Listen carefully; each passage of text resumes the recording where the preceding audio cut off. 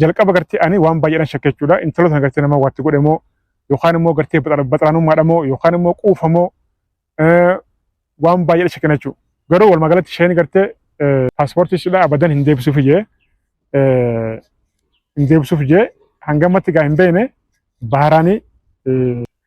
Assalaamu alaikum warahmatullahi wabarakatuh. Hordoftoota suuraa hundi keessan bakkuma jirtanitti nageenya rabbi isin barakaatu. Waa'ee gartee ayyuutti wal qabatee viidiyoo ani gartee sheekha bira geessee itti wal qabatee jechuudha. Namoonni hedduun gartee gaafii adda addaa dhiyeessaa jiranii wanni kun sobaa hajuusni jira dhugumatti gartee ayyuun miidhamtee jirti namni hajuusni jira namu gartee yaada gartee isaa akkatti fakkaate kannaa jiraachuu garuu asirratti dhugaa jirtu isiniif qabadheetiin jira hanga dhumatti hin hojjun tura viidiyoo laashar godha namoonni gartee yaasuu bira sabskiraayib godhatii maayitaadha. Akkasuma immoo gartee waa'ee gartee Saidoo wal qabatee Saidoon gartee Yaman deemee achumatti gartee hafee jiraachuu achirratti illee Saidoon gartee miidhaa guddaatu irra gahaa jira. Rabbiin gartee isa dandamachiisaa jira. Rabbiin gartee isa baasaa jira. Biyya Yaman deemee lubbuu isaa gartee halaakuudhaaf summii nyaachisuudhaaf marzii gartee obaasuudhaaf waan garagaraatti saayibottanummaan isaa jechuudha. Shamarran jechuudha. Waan hin taane gartee irratti oofaa jiran jechuudha. Kana wal qabatee waan jirtu dhugaadha. Ani gartee ayyuu akka obboleetti jechuudha. Ammallee gartee akka amaanaatti maaliif obboleettiin qabaa haadhaan qabaa ani gartee nama jirjiru miti hin jirjiru jechuudha. Yeroo hundaa gartee nama jirjiru miti. Maaliif nama tokko gartee amala isaa yoon bare amala isaa gartee barraan anas ta'e nama biraallee waan taane amala isaa barraan akka gartee amala isaatti jechuudha. Osoo gartee hin aarree osoo gartee mufattee gartee jalantee waan bira keessa hin galle wajjin deemta jechuudha. Amma ayyuu dhugaadha namni gartee ayyuun tuffattee jirti akka namaan goone maan dhoottee lafa hin darbine maal jenne jechuudha. Sanii miti maaliif ayyuu amma balleessitii ammaan tana gartee boochee dhiifama gaafatti yaasuu gartee wayi dhiifamattee boochee jechuudha. Waan qabdu fiddee kalas yaasuu bara gartee akkanaan ta'e maaloodha xaragate jechuudha. Maaliif qalbiin sidhaa keessi qulqulluudha. Yeroo arte immoo bungette jechuudha.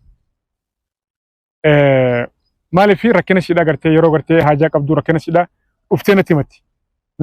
Kana jechuun maaliif akka obboleessaatti gartee waan hin garitti dhiyaadhuuf jechuudha. Waan garteen amantuuf jechuudha. Kanaaf anis amala sidhaan hin beekaaf ni hubadhaaf. Silaasoo gartee nama biraa bira deemtee hin dubbattu. Irra fagaatti wajjin gartee waan qabdu wajjin sheeruun godhatu jechuudha. Saniif isinis gartee akka obboleettii waan dhiyaatuuf waan gartee anarraa abdii qabduuf yeroo gartee waa isii rakkisee dhuftee gartee fiidee natti himatti yeroo gartee waajjinis gartee na fiidee jechuudha. Kuni kana ani takkara lamarraa iyyuu gartee nin gorsaa Saidoolee gartee numaan gorsaa ani immoo rakkina sidhaa gartee waan hin gartee hubadhee jiru jecha tana dura jechuudha. Akkuma qophii dangaa sheekha bira gartee akkaan geessu itti himin ture sheekha bira deemallee gartee qoricha geesseef hin ture. Kana gartee deebi'ee haasawwan feesu sossobee sheekha bira geessin ture jechuudha. Yeroo gartee sheekha bira geessu akkasiin godhattee agartan kan sirbaa waan baay'ee dhaasute jechuudha. Amma gaasirratti haasawwan gaarii miti. Hanga tokko gartee viidiyoo isin gadhiisan jira.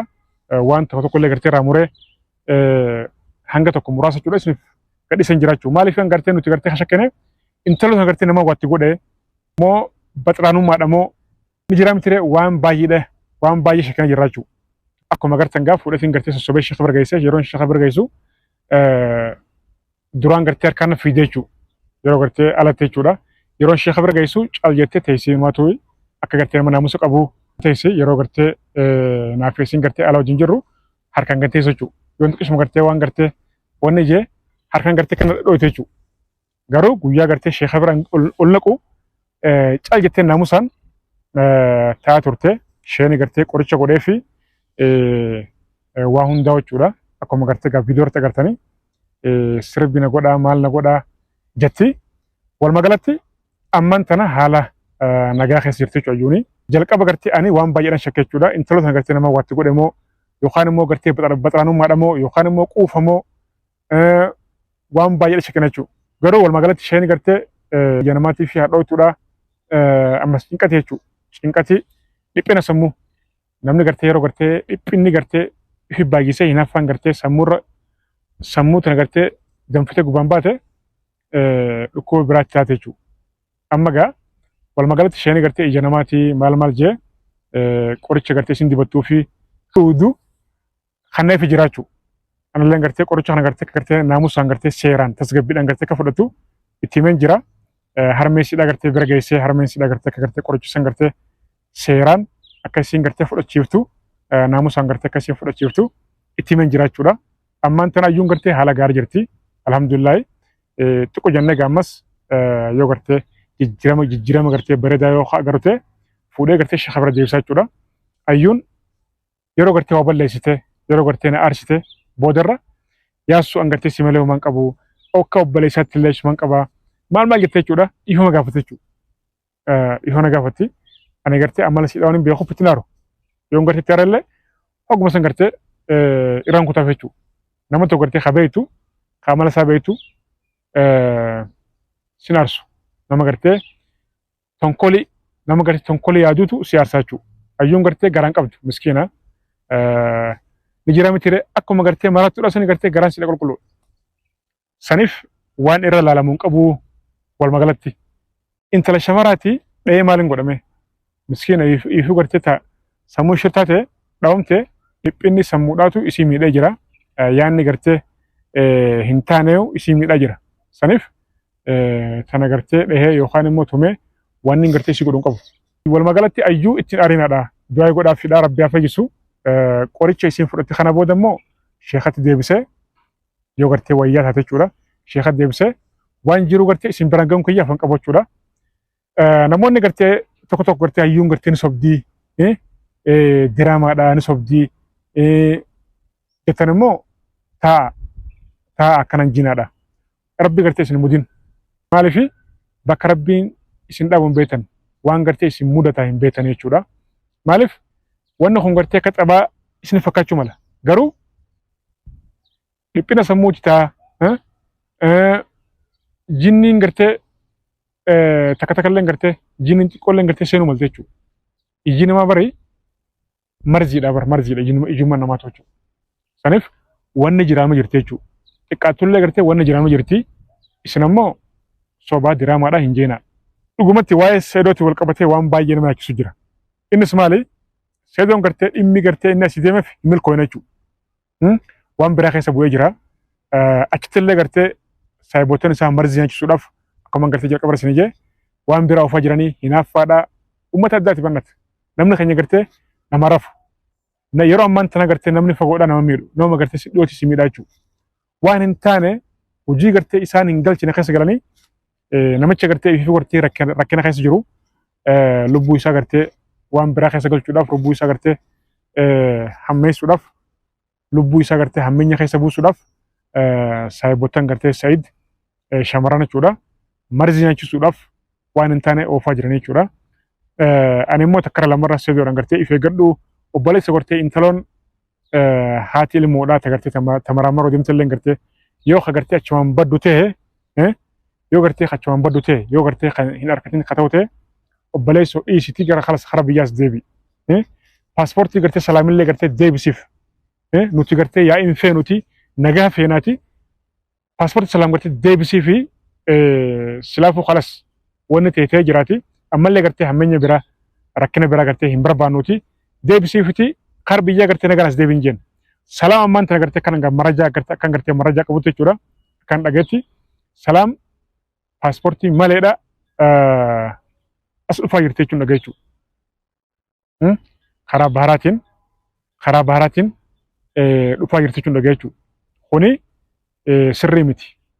Ani gartee kana seedoon gartee sirrii hin goone maaliif intaloon tuni hidhuu maltisi. Inumaatu gartee paaspoortii dhiistee inumaatu baharaan gartee dhufuun sidhaa kuni yoo gartee akkuma jan kana gartee dhugaa ta'e inumaatu namitti nagaa'u salaam baanan tuni inumaatu nagaan jaan.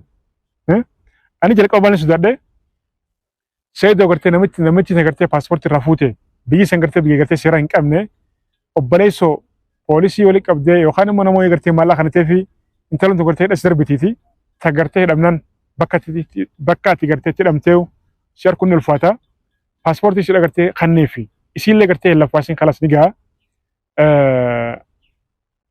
rabbi irra gartee harkatta paaspoortiidhaaf deebisii fi kalas atileen gartee karaa biyyaas deebin jeeni inni immoo san hin goone jechuudha.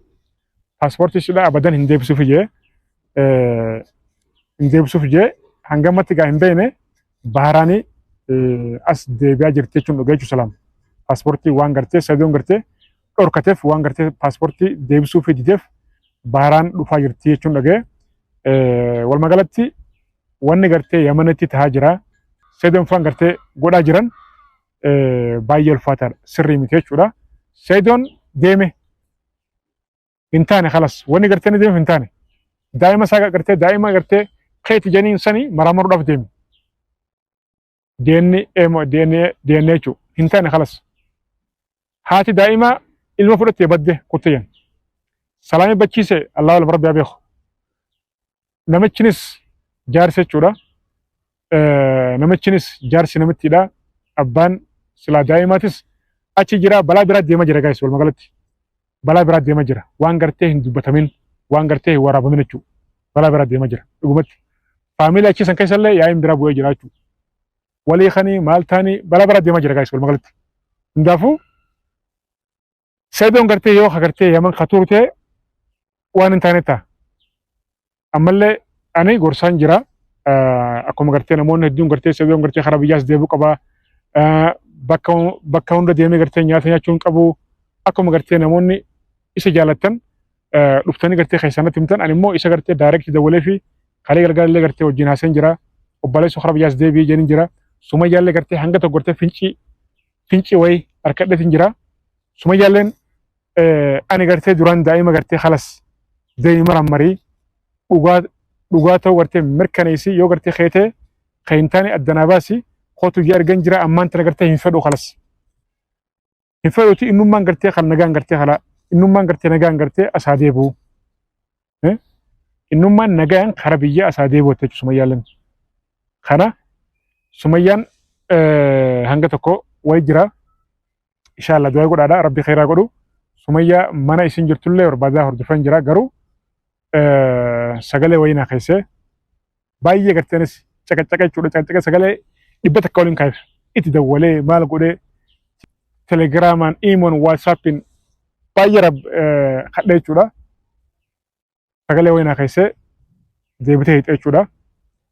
Hundaafuu Sumayyaaleen dilas mara hammeenya waan qabdu natti fakkaatu. Hammeenya qabdu dhugumatti. Garuu sheexaanni akkanatti ilaale isaan gidduu seenee fiifigu jira. Salaam tanas rabbiin gartee adabatti haaruu namni gartee bultii Sumayyaatii fi Sadoodha gartee akkanatti hanga tokko gartee gufuutti jiru. Ani gartee kana fakkaatutti salaami. Salaamii fi nama hanga tokko jechuudha. Garuu salaam dhibbaan dhibbatti waa hunda keessa beekti. Tanan jaa inshallah rabbi khairaa godhu du'aa godhaadha rabbiin gartee Sadoo rabbiin nagaan gartee as deebisu. Ayyuulee gartee rabbiin haa fayyisu. Sadoon gartee gaafa gartee as deebi'ee karaa biyyaa as deebi'ee sossobeetumaan gartee akkanumatti fuudhee jechuudha. Sheekha bira geessee waan gartee keessa haasa'u waan gartee keessa jiru wajjumaan dhageenyaa jechuudha. Inshallah du'aa godhaadha. Rabbiin gartee nagaan as deebisu. Maatii kana gartee rabbiin walitti haa qabu. Sumayyaaleen ammaan tana dhugatti waan feetu jira. Waan feetu jira. Aman dubbadhu. Inshallah khairii. Nagaan aftura video la share godhaa namoonni gartee as subscribe godhin subscribe godhaatii maayita. I love you guys. Assalamu alaikum.